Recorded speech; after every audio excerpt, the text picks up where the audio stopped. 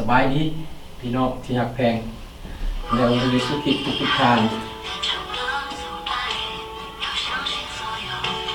อ้าวเป็นไงพี่น้องของพวกเราสบายดีบ่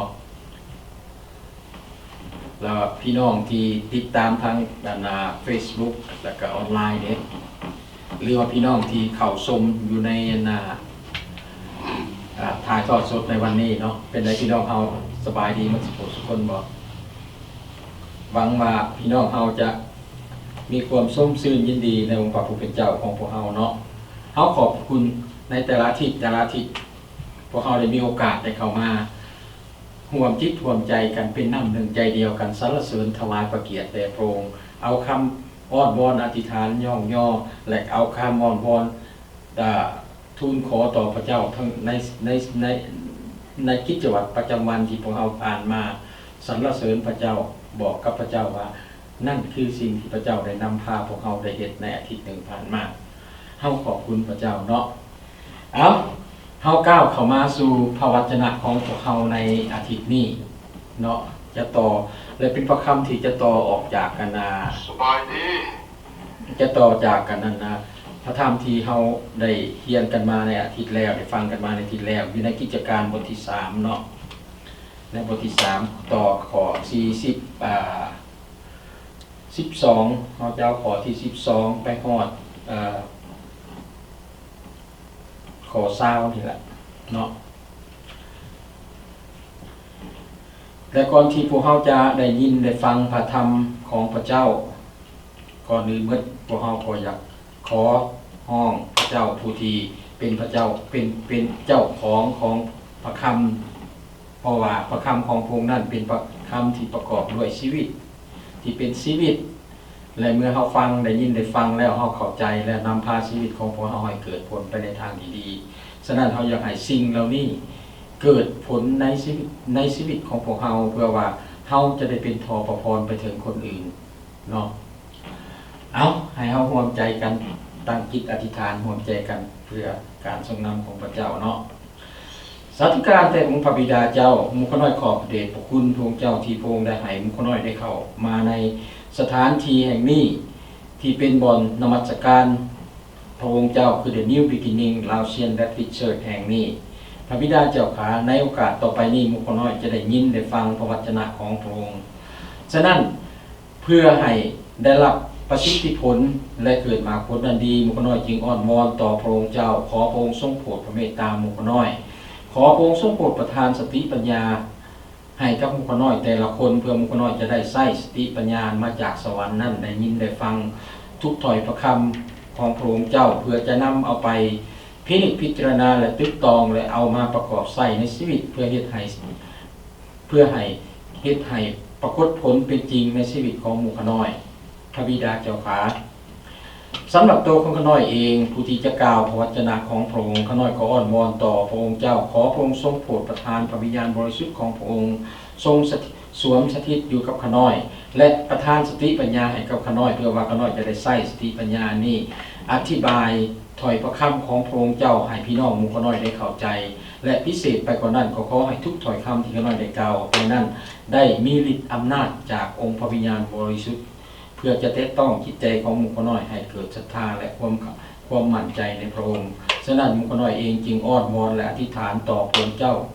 ด้วยความเชื่อโดยพระนามบริสุทธิ์ของพระเยซูคริสต์เจ้าเอเมนพี่น้องที่รัก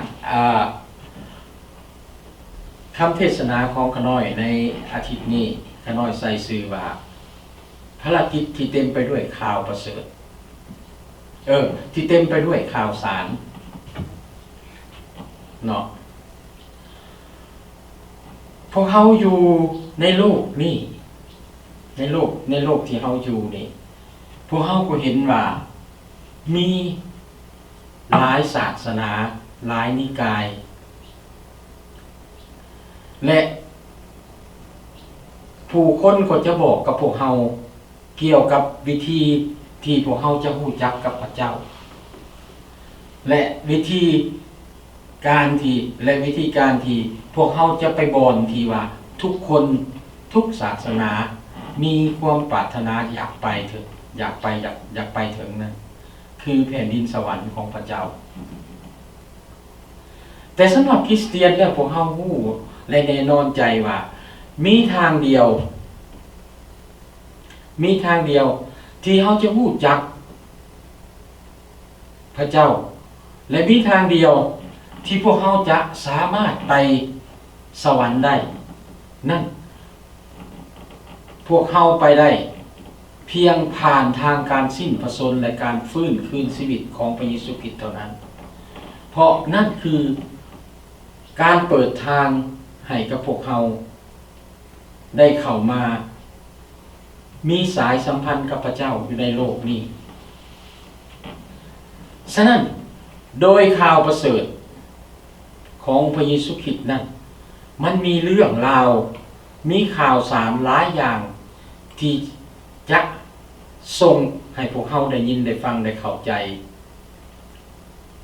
เช่นอยู่ในพระคำที่เฮาจะเว้ากันนั้นเปโตรและโยฮันก็มีความต้องการอยากให้คนอื่นๆหลายๆคนนั้นได้ฮู้จักกับพระเยซูคริสต์และข่าวประเสริฐของพระองค์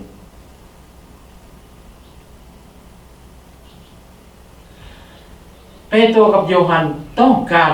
อยากให้คนทั้งหลายบ่แม่นแต่ว่าคนที่อยู่ในกลุ่มในเวลานั้นบ่แม่นแต่กลุ่มคริสเตียนเท่านั้นทุกคนมนุษย์ทุกคนในโลกนี้ฉะนั้นข้าเจ้าจึงออกไปเฮ็ดเหมือนกับพระเยซูคริสต์ไปประกาศในเรื่องนี้อยากให้เขารู้ความจริงว่าความรอดพ้นการพ้นบาปของพวกเขานั้นจะต้องผ่านทางพระเยซูคริสต์เท่านั้นจริงจะสำเร็จจริงจะเกิดผลนอกจากทางขององค์พระเยซูคริสต์แล้วมันบ่มีหนทางเฮาเฮ็ดไปก็เพียงแต่ความเกิดความอิ่มเอิบในจิตใจชั่วระยะหนึ่งเท่านั้นเมื่อเฮาจบสิ้นลงมันก็จบไปนำเนาะฉะนั้นให้เฮามาหันมาเบิ่งในถ้อยประคำนำกันในกิจการบทที่3ข้อที่12หา15เนาะเบื้องต้นเฮาจะเบิ่งตัวนี้ในกิจการได้เว้าดังนี้เมื่อเปโตรได้เห็นดังนั้นก็กล่าวแก่พลเมืองว่าชนชาติอิสราเอลเอ่ยเป็นหยังพวกท่านจึงพากันประหลาดใจด้วยเรื่องของคนนี้และเพ่งเบิ่งพวกเฮาเหมือนกับว่าพวกเฮาเฮ็ดให้คนนี้ย่างได้โดยอำนาจของเฮาเองหรือด้วยการที่พวกเฮานับถือพระเจ้าอย่างถูกต้องพระเจ้าของอับราฮัมพระเจ้าของอีสาคและพระเจ้าของยาโคบคือพระเจ้าของบรรพบุรุษของพวกเฮาได้ทรงโปรดประทานพระเกียรติแด่ผู้รับใช้ของพระองค์คือพระเยซูซึ่งทานทั้งหลายได้ทรยศต่อพระองค์และได้ปฏิเสธต่อหน้าปิลาตเมื่อทานตั้งใจว่าจะปล่อยพระองค์ไปแต่พวกทานได้ปฏิเสธพระองค์ซึ่งเป็นองค์บริสุทธิ์และชอบธรรมและได้ขอทานปล่อยผู้ฆ่าคนให้แก่ทานทั้งหลายจริงข้าพระองค์ผู้ทรงเป็นพระเจ้าชีวิตแต่พระเจ้าได้ทรงบันดาลให้พระองค์นั้นคืนมาจาก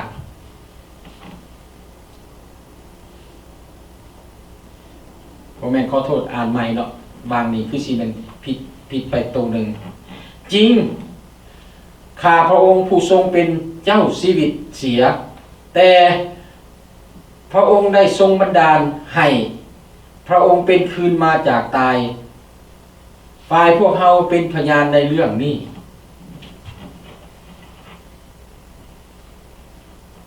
คือเขาเจ้าได้ฆ่าองค์พระเยซูคริสต์และพระเยซูคริสต์ได้ตายแต่พระเจ้าได้ทรงบันดาลให้เป็นคืนมาได้เห็นในเรื่องนี้ในบทเทศนาก่อนไปนะเขาเห็นถึงว่า ข้าเจ้าได้ปิ่นปัวตัวอันนั้นเปโตรอันนั้นเปโตรกับโยฮันได้ปิ่นปัวคนง่อยนั่นให้หายดีและด้วยเหตุการณ์เหล่านั้นโอกาสนั้นที่มันเกิดขึ้นนั่นในการได้อันนั้นคนง่อยได้รับโอกาสในการปิ่นปัวนั้น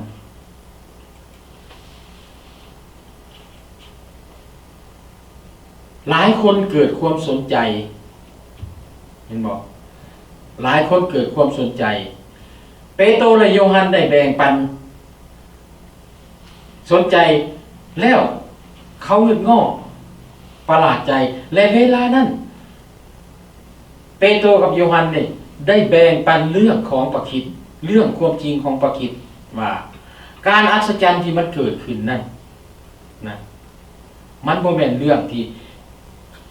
เขาวางความสนใจไปที่เปโตรกับโยฮันแม่นบอกในยุคในวันนี้เฮามาเบิ่งวิธีที่พวกเพิ่นแบ่งปันข่าวประเสริฐของเรื่องของพระเยซูคริสต์มันเป็นแบบอย่างที่ดีให้กับคริสเตียนของพวกเฮาทุกยุคทุกสมัยสำหรับการเป็นพยานและการเป็นพยานนี่มันเกิดผลดี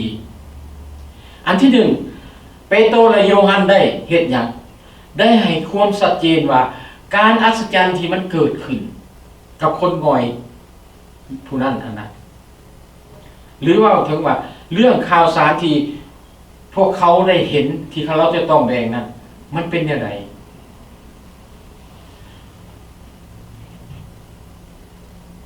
เปโตรกับโยฮันบอกว่ามันบ่ได้แม่นเกิดขึ้นยอดข้าเจ้าเองยอดข้าเจ้าสองคนบ่แม่นเกี่ยวกับพวกเขาเห็นว่าอยู่ในหันเป็นอย่างเพิ่นได้ถามพวกกันนั้นคนอยู่ในหันว่าฝูงชนอยู่ในหันว่าเป็นอย่างพวกทานจึงประหลาดใจด้วยเรื่องของคนนี้และเพ่งเบิงพวกเฮาเหมือนกับว่าพวกเฮาได้เฮ็ดให้คนนี้ย่างโดยอำนาจของเฮาเองเห็นบ่ปกติแล้วพวกเฮาน่ะหลายๆคนหรือว่าคนไหนก็ตามมักจะได้รับความย่อมยอมันบอกถ้าว่ามีคนย่อมยอบางคนก็คือกันว่าโดยเฉพาะทิศยาภิบาลหรือว่าครูสอนซันเดย์สคูลหรืออันใดก็ดีโอ้มื้อนี้ทานสอนดีเด้ทานสอนดีได้มื้อนี้ทานสอนเข้าใจได้ทานเว้าคักได้แทนที่เฮาสิให้เกียรติกับพระเจ้าให้เกียรติกับองค์พระวิญญาณบริสุทธิ์ที่เฮาอ้อนวอนที่ให้ขอให้เพิ่นนำพาให้ช่วยเฮาในการอธิบายพระคำนั้นให้ชัดเจนแต่เฮาก็กลับเป็นหยังพราวเป็นคนดีใจในสิ่งเหล่านั้น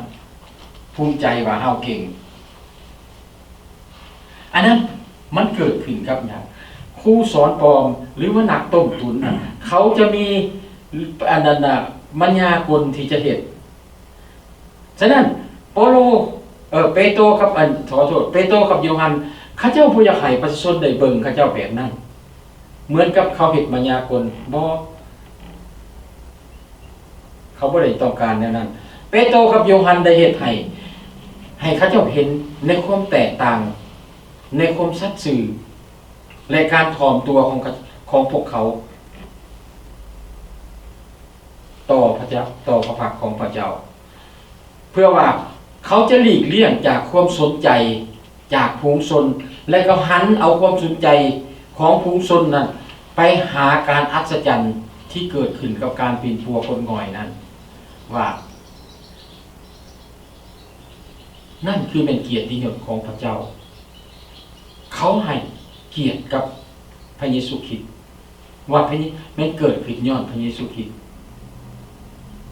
เห็นบ่เขาบ่ได้ดึงเอาเกียรติและความนิยมของคนทั้งหลายนั้นเขามาใส่ตัวของเขาแทนที่จะเป็นอย่างนั้นเขาเห็นอย่างเขาให้เกียรติพระเจ้าในทันทีพี่น้องที่รัก การให้เกียรติพระเจ้านั้นพระเจ้าจะยกยอพวกเขาขึ้นในทันที การเป็นสาวกที่เต็มส่วนเป็นผู้ใหญ่หมายเข้ามาในใดหมายเข้ามาในไหนพี่น้องหมายความว่าผู้ที่เป็นสาวกหรือเป็นคริสเตียนที่ใหญ่เต็มส่วนนั้นเขาจะรู้จักปกป้องตัวเองออกจากแนวโน้มที่เป็นธรรมชาติของความบาปความต้องการของตนเองเขาจะบ่เอาความภาคภูมิใจในความสนใจจากการเหตุการณ์ดีของเขานั้นเข้าใส่ตัวเองเพื่อหาผลประโยชน์และสร้างจุดสนใจให้กับคนทั้งหลายที่เขาจะได้รับพระพรที่เขามองเห็นว่านั่นคือการทำงานของพระเจ้าผ่านทางคนนั่นหรือผ่านทางชุมชนของคริสเตียนนะเห็นไหมเขาจะบ่ถือว่าเขาจะบอกพราวตัวเองว่าเขาเป็นผู้นำที่ยิ่งใหญ่ในคริสตจักรแห่งนี้ที่สามารถนำคนให้เข้าใจถึงเรื่องของพระเจ้าให้สามารถให้คนติดตามเขาไม่ได้เห็นอย่างนั้นแต่เขามอบสิ่งเหล่านั้นให้เป็นเกียรติยศแก่พระเจ้าผู้ที่ทำงานผ่านชีวิตของพวกเขาผู้ที่ทำงานผ่านไถ่พลของพระองค์ที่อยู่ในคริสตจักรของพวกเขา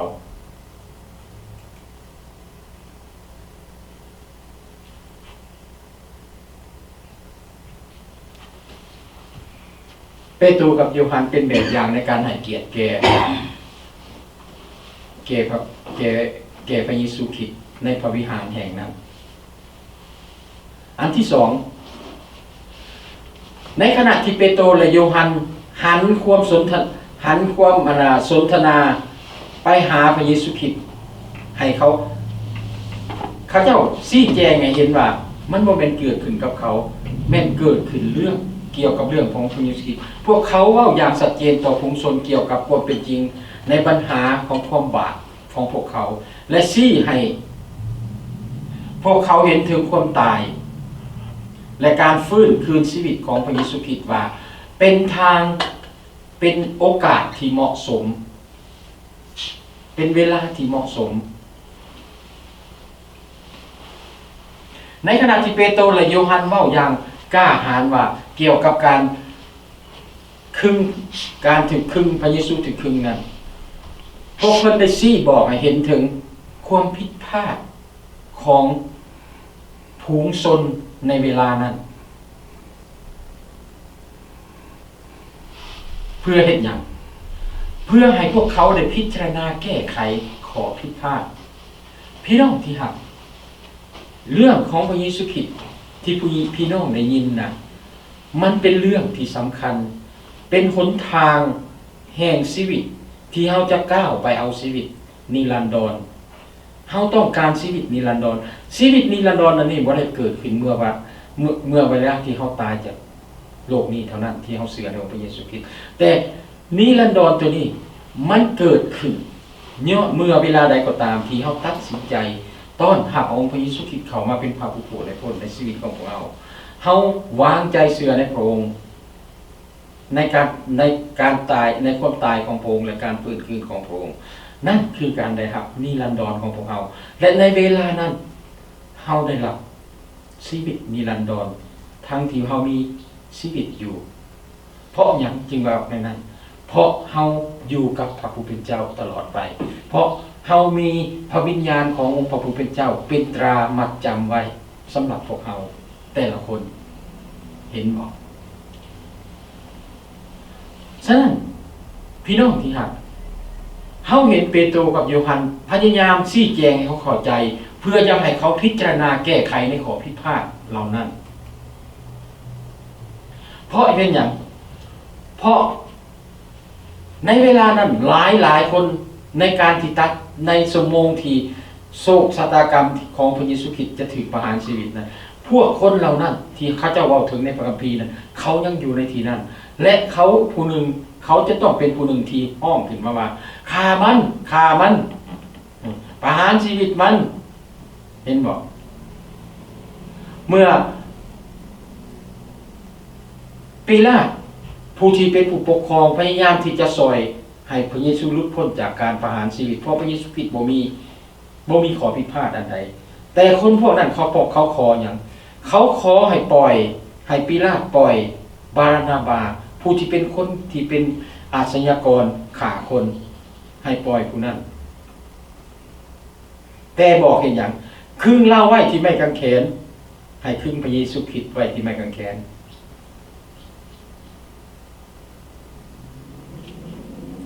ครึ่งเล่าไว้ที่ไม้กางเขนในเวลาเป็นนั้นเป็นอย่างชีวิตของพระเยซูคริสต์อยู่ในมือของพวกเขา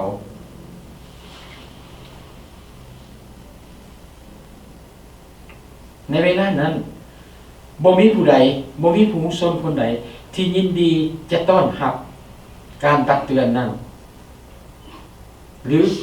รือการประเสริญบาปกับความบาปของพวกเขานั้น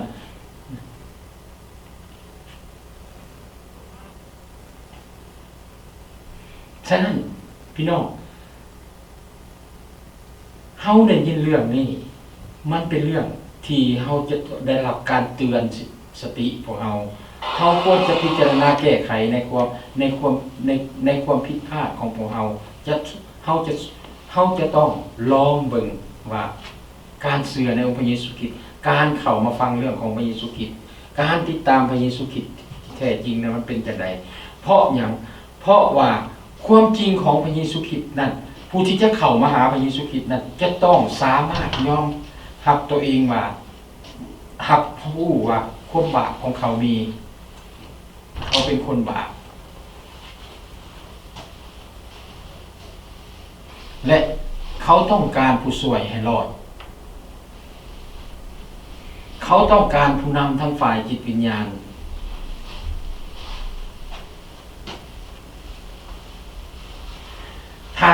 ถ้าบ่มีสิ่งเหล่านี้บ่มีการนันนาบ่ได้รู้จักยอมรับตัวเองว่าเป็นคนที่บ่สมบูรณ์แบบเฮาก็บ่สามารถที่จะไปหาข่าวประเสริฐเข้าไปหาข่าวประเสริฐเรื่องของพระเยซูคริสต์ได้และเรื่องนี้ก็บ่สามารถช่วยเฮาได้ในการสนทนาเรื่องนี้เพราะอย่างพี่น้องถ้าพี่น้องไปหาหมอคัดก่อนเขาเจ้าที่จะปัว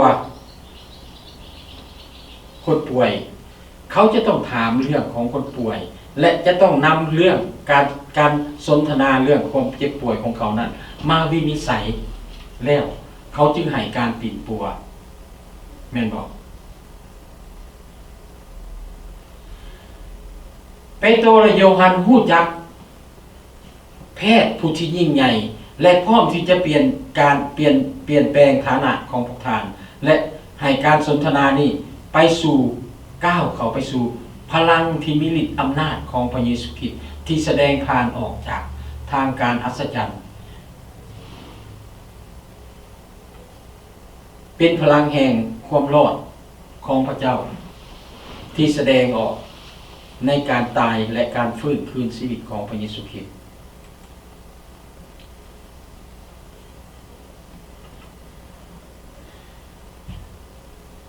เปโตรกับโยฮันเพิ่นได้บอกอย่างชัดเจนว่าพระเยซูคริสต์เป็นแหล่งที่มาของชีวิตผู้ที่ถูกประหารโดยประชาชนในเวลานั้นแต่พระเจ้าเห็นอย่างแต่พระเจ้าได้ดลบันดาลพระองค์ให้ฟื้นคืนมาจากความตาย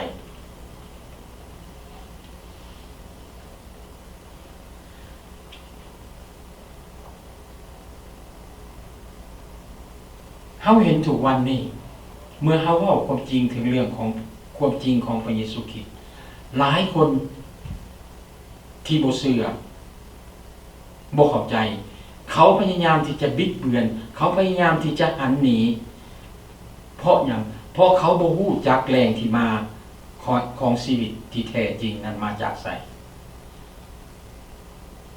เป โตรกับโยฮันได้ซี่เขาเจ้าเห็นอย่างคักแน่ว่า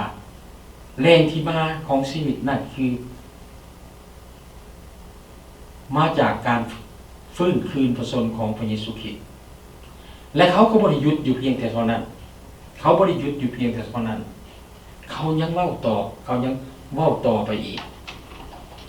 ให้เฮามาเบิ่งในกิจการบทที่3ข้อที่16ข้อที่20ได้เว้าดังนี้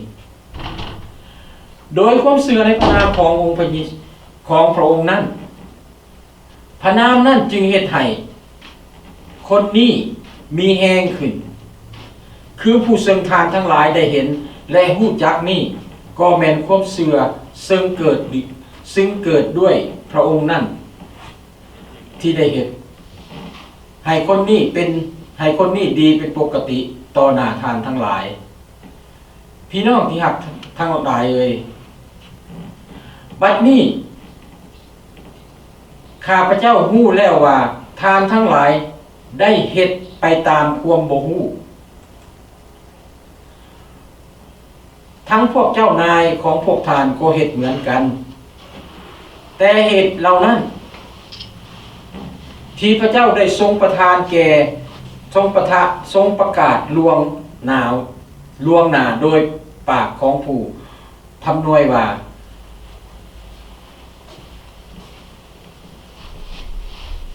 พระคริสต์ของพระองค์ต้องทนทุกข์ทรมานพระองค์จึงทรงให้สำเร็จดังนี้เหตุฉะนั้นทานทั้งหลายจงถิ่นใจเก่าเอาใจใหม่แล้วลบลาวตาวคืนเพื่อพระเจ้าจะทรงลบล้างความผิดบาปของพวกทานเสียเพื่อเวลาแห่งความพักผ่อนหย่อนใจจะได้มาจากพระพักของพระองค์พระผู้เป็นเจ้าเพื่อพระองค์จะได้ทรงใส่พระคริสต์ซึ่งทรงกำหนดไว้แล้วนั่นมาเพื่อทานทั้งหลายคือพระเยซูเฮาเห็นหลังจากเปโตรและโยฮันชี้ให้ฝูงชนเห็นความจริงเรื่องความตายของพระเยซูคริสต์เรื่องการฟื้นคืนของพระเยซูคริสต์เปโตรได้เรียกห้องเขาให้เขาตัดสินใจให้เขาได้ตัดสินใจให้พวกเขาวางใจเชื่อในพระนามของพระเยซูคริสต์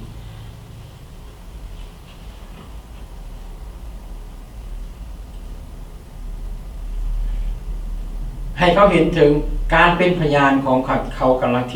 เห็นอยู่นั่นว่านั่นมันเกิดขึ้นย้อนนามสื่อของพระเยซูคริสต์นั่นคือความยิ่งใหญ่ความเชื่อในพระนามของพระเยซูคริสต์นั่นมันจะฟื้นฟูบ่ว่าแต่ทางกายภาพทางชีวิตจิตวิญญาณของพวกเราก็จะได้รับการฟื้นฟู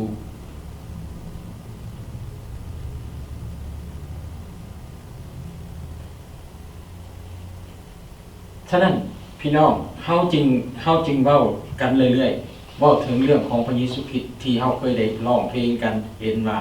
พระเยซูคริสต์เป็นแพทย์ผู้ประเสริฐที่สถิตใกล้พวกเฮาเวลาใดก็ดีฉะนั้นเฮาเห็นว่าถ้าเฮาวางใจแม้แต่ว่าเวลาเฮาเจ็บป่วยเจ็บไข้ได้ป่วยเฮาวางใจในพระเยซูคริสต์เฮาอ้อนวอนอธิษฐานขอการทรงปิ่นปัวจากเพิ่นผ่านทางการอัศจรรย์ที่เกิดขึ้นที่แพทย์หมอได้เฮ็ดคือการยุบการยาก็ดีเฮาขอให้สิ่งเหล่านั้นเป็นมโหสถที่มาจากพระเจ้าเพื่อปิ่นปัวเฮาเฮ็ดให้สุขภาพของพวกเฮาดีขึ้นมันก็สวยให้เฮาดีขึ้นเห็นบ่คือเปโตรกับโยฮันได้เป็นพยานให้เขาเห็นที่ในเวลานี้ย้อนคนเสือคนง่อยคนนั้นวางใจในนามสื่อเมื่อเวลาที่เพิ่นดึงแขนเราขึ้นแล้วก็ลุกขึ้นปั๊บแล้วก็ยืนปั๊บแล้วก็ดีกระโดดโลดเต้นย่างไปเลยเห็นบ่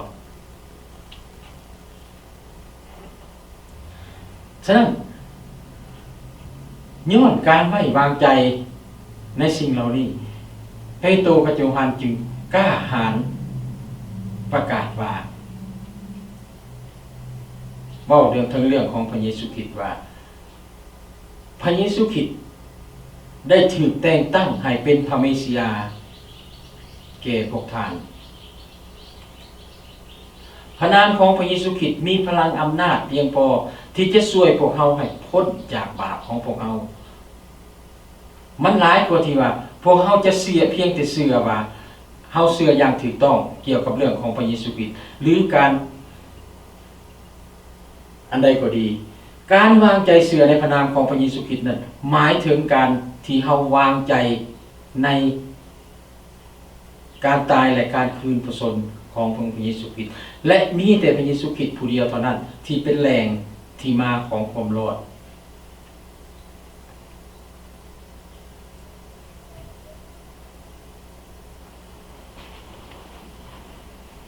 และมีแต่การฟื้นคืน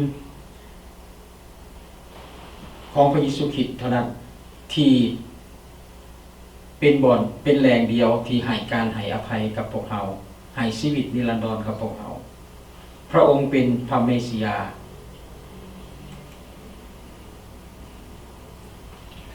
และโดยการเชื่อในพระองค์นั้นความต้องการที่ยิ่งใหญ่ที่สุดของพวกเราแม้นได้รับการตอบสนอง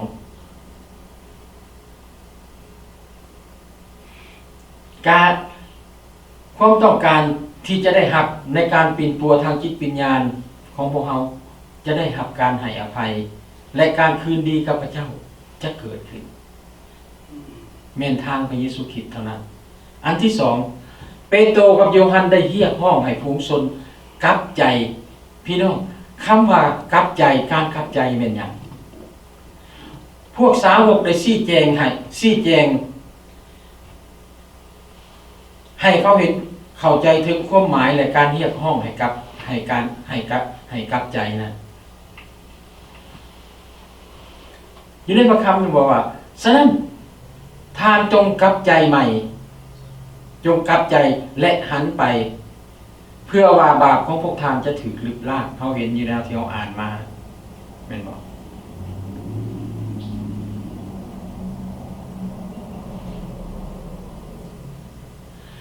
คำว่ากับความว่าที่การกลับใจใหม่อยู่ในพระคัมภีร์มีความหมายหลายกว่าการยอมรับความผิดพลาดหลายกว่าที่เขาจะยอมรับกับความผิดพลาดในพระคัมภีร์เดิมคำศัพท์นี้หมายถึงการกลับคืนหรือกลับหันกลับมาหากลับคืนมาหาพระเจ้าและคำนี้เป็นคำกริยาหมายถึงอย่างหมายถึงว่ามันจะต้องมีการประพฤติการปฏิบัติ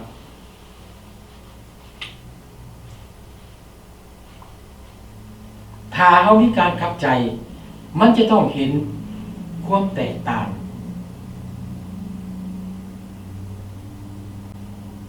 หลายคริสเตียนหลายคนคริสเตียนของพวกเขาบอกตัวเองว่าเขากลับใจแต่การประพฤติปฏิบัติของพวกเขายังบ่เหมือนกับคนกลับใจใหม่รู้จักพระเยซูคริสต์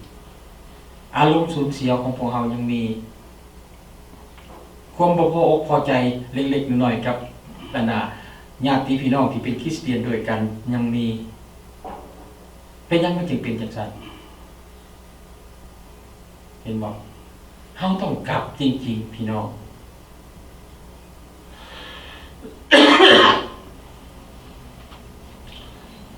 เพราะหยังการกลับใจอันนี้มันบ่เพียงแต่ว่าหันนี้จากความผิดบาปเท่านั้นมันเป็นการหันมาสร้างสายสัมพันธ์กับพระเจ้ามาสร้างความสัมพันธ์กับพระเจ้าทางฝ่ายจิตวิญญาณ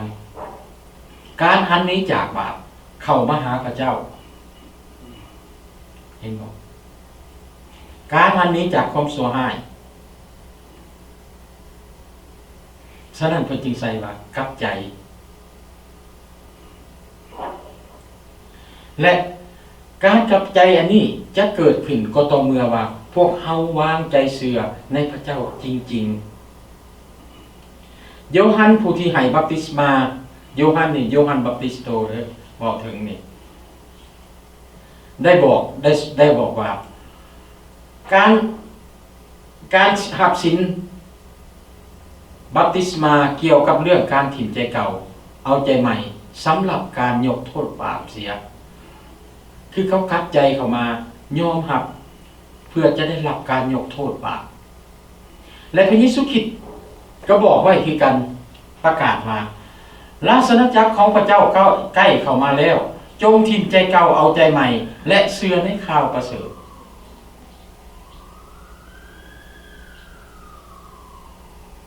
เห็นบ่พระเยซูคริสต์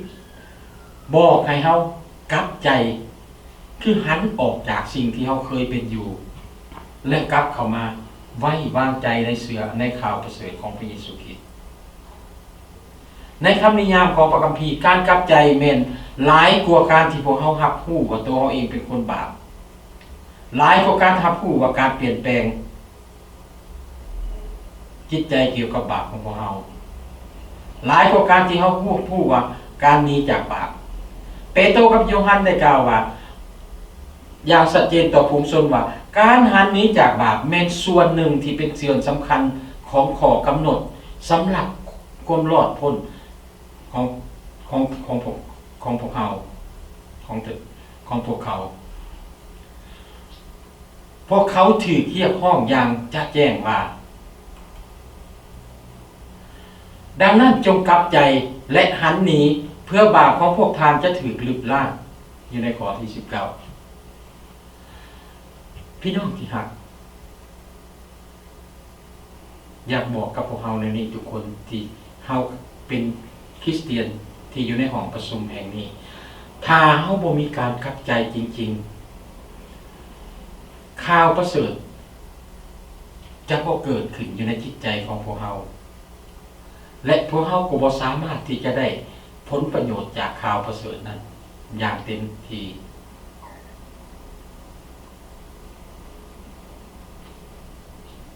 มีทางเดียวที่เฮาจะได้ก็คือ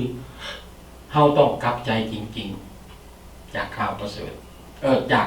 ความบาปของพวกเฮาต้องกลับใจจริงๆเชื่อในข่าวประเสริฐของพระเยซูคริสต์อย่างคักแน่เรียนรู้เรื่องข่าวประเสริฐของพระเยซูคริสต์ว่ามีอันใดแน่ที่เกิดขึ้นนะครับกิจการบทที่3ข้อที่24-26โอ้เมื่อต้นก็ได้บอกว่าถึงอาจจะถึงข้อ20เนาะแต่ว่าบันทึก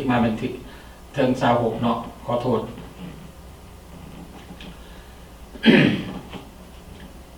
กิจการบทที่3ข้อที่24ข้อ26ได้ว่าดังนี้บรรดาผู้ประกาศพระธรรมที่ได้กล่าวไว้นับตั้งแต่ซามูเอลเป็นลำดับมาก็ได้ประกาศถึงข่าวนี้เหมือนกันท่านทั้งหลายเป็นลูกหลานของผู้ประกาศพระธรรมและของพระสัญญาที่พระเจ้าได้ทรงสัญญาไว้บรรพบุรุษของพวกท่านคือได้ทรงกล่าวกับอับราฮัมว่าครอบครัวทั้งหมดทั่วแผ่นดินโลกจะได้พรเพราะเสื้อสายของเจ้าเมื่อพระเจ้าทรงบันดาลให้ผู้รับใช้ของพระองค์เป็นคืนมาแล้วก็ทรงใช้พระองค์มายังทานทั้งหลายก่อนเพื่ออวยพรแก่พวกท่านโดยให้ทุกคนกลับจากความชั่วร้ายของตนเปโตรกับโยฮันได้สรุปข่าวสารของข่าวประเสริฐโดยการอิงใส่ความจริง3อย่างอันที่1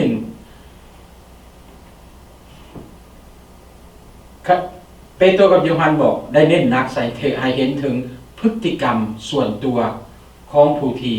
ไปวิหารหรือว่าของผู้ที่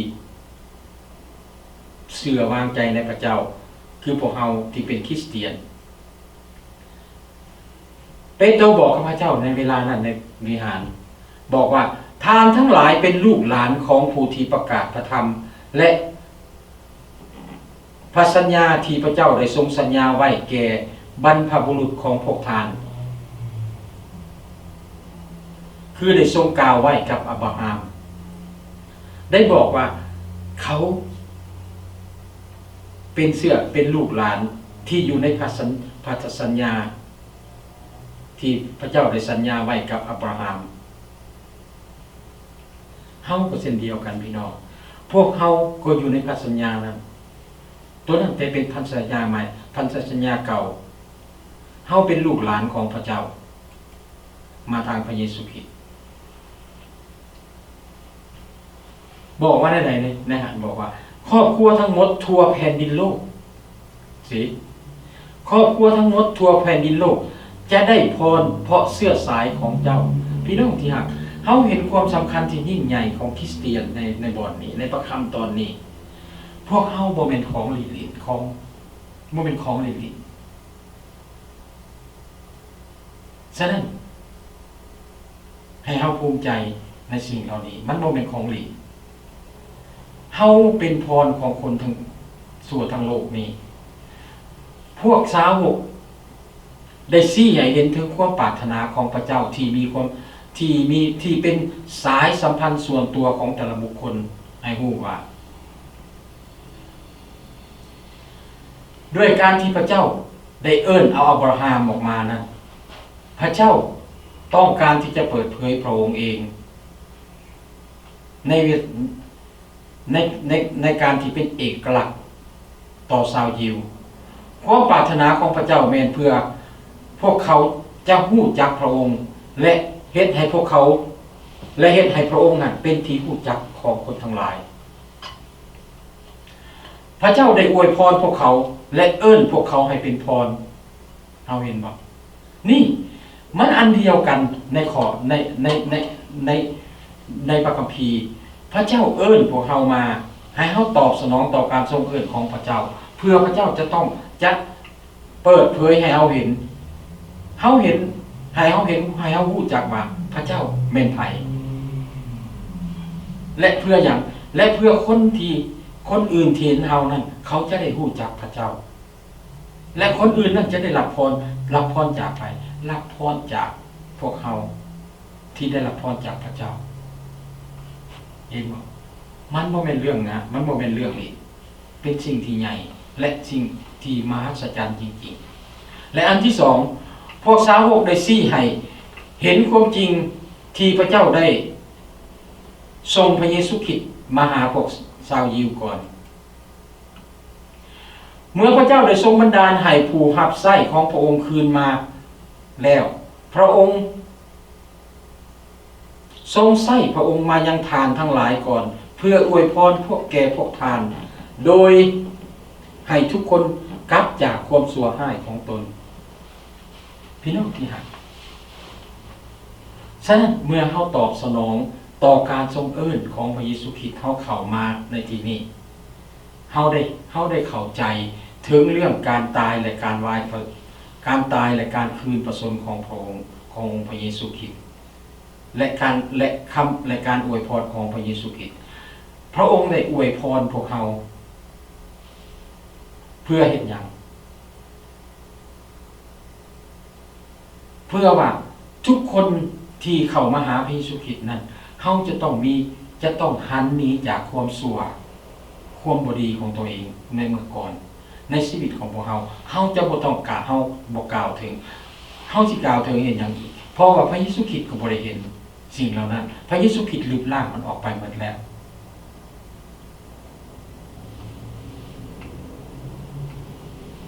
เห็นบ่ถ้าเฮาเบิ่งในประวัติศาสตร์ในพระคัมภีร์จริงๆเฮาเห็นว่าพระเยซูคริสต์เป็นลูกชายของมาริยาและโยเซฟที่ทำหน้าที่พวกเพิ่นได้ทำหน้าที่เป็นพ่ออยู่ในโลกนี้เฮาก็รู้แล้วว่าพระคำเมื่อเฮาเบิ่งในบ่อนนี้เพิ่นบอกว่าเพิ่นส่งพระเยซูคริสต์ไปหาพวกยิวก่อนเพราะว่าเฮาก็รู้แล้วว่าพระเยซูคริสต์นั่นเป็นคนยิวแม่นบ่และตลอดประวัติศาสตร์การปฏิบัติทำราชกิจของพระองค์นะพระองค์ได้สั่งสอนในเฮาเห็นว่าพระองค์ได้สั่งสอนในพระวิหารและธรรมศาลาของคนยิวและเหตุการณ์อัศจรรย์อยู่ท่ามกลางบรรดาชนชาติยิวนั่นเป็นหลักฐานที่เฮาเห็นว่าพระคัมภีร์ตัวนี้แม่นชัดเจนที่พระเจ้าได้เห็น ในเวลานี้ก็ดีก็เช่นเดียวกันผู้ที่จะได้รับพรอันนี้และได้รับผลประโยชน์อันนี้ที่แท้จริงก็เป็นลูกหลานของอับราฮัมเฮาเห็นบ่หรือเฮาเบิ่งในโยฮันบทที่1เฮาเห็นว่าผู้ใดก็ตามที่วางใจเชื่อในองค์พระเยซูคริสต์จะทรงประทานให้ผู้นั้นเป็นบุตรเป็นลูกของพระเจ้ามันมาอยู่ในบทหัน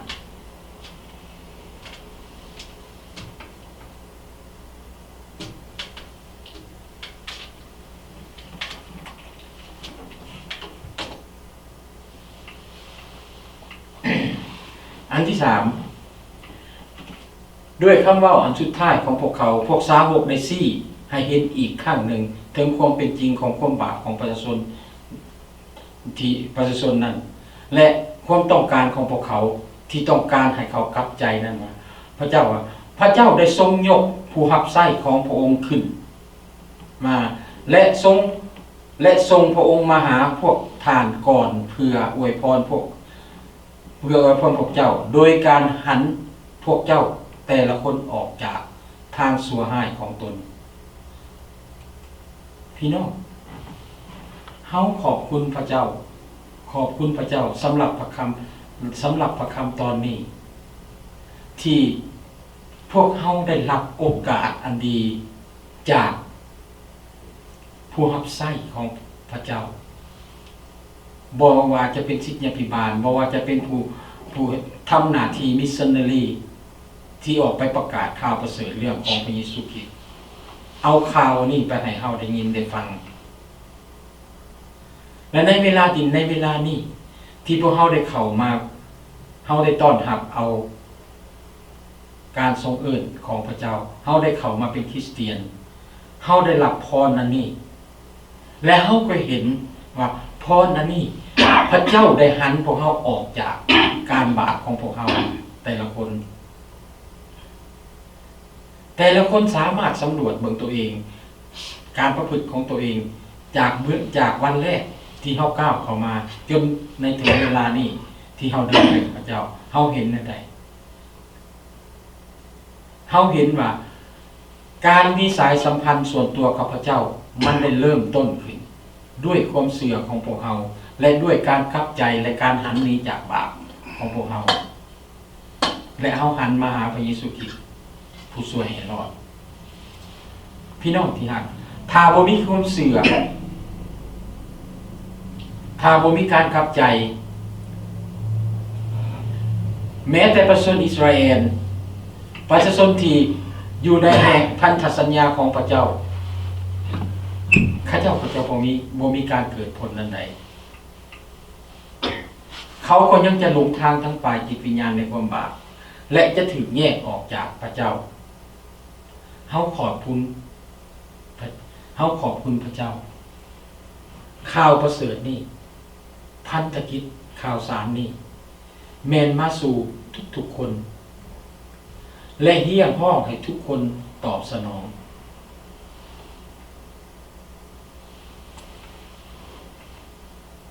และส่งผลให้เกิดสายสัมพันธ์ส่วนตัวกับพระเจ้า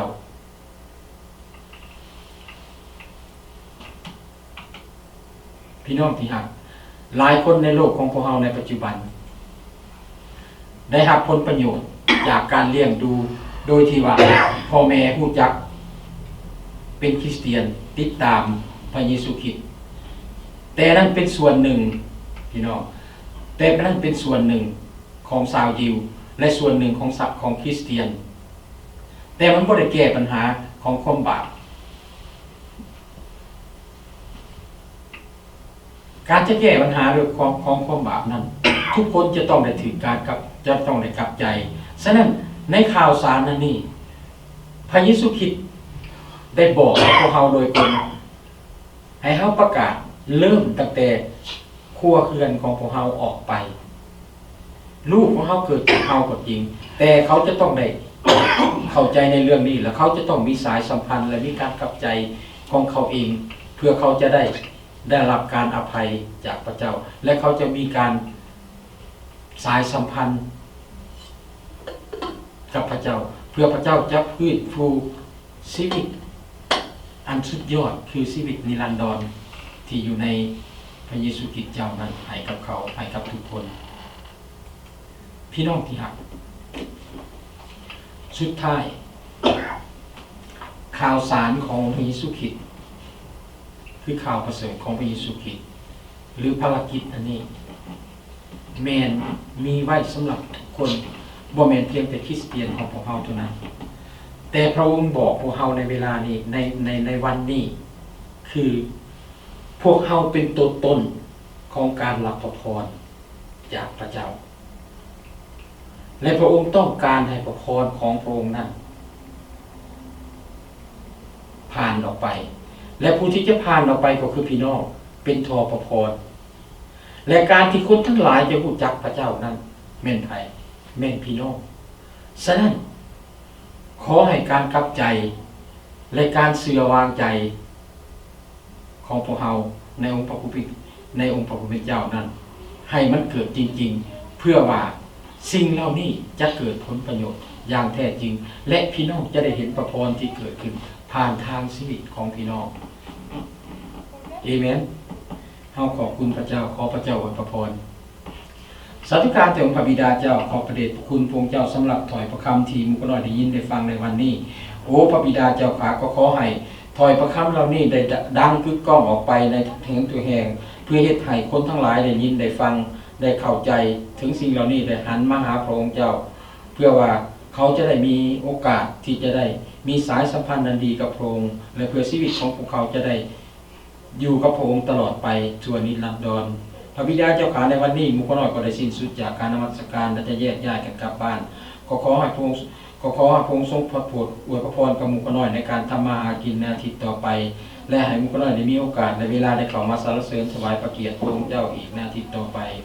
ฉะนั้นมุขน้อยจึงอ้อนวอนและอธิษฐานต่อพระองค์เจ้าโดยความเชื่อโดยพระนามบริสุทธิ์ของพระเยซูคริสต์เจ้าเอเมนขอบคุณพระเจ้าเนาะขอพระเจ้าอวยพระพรพี่น้องทุกคน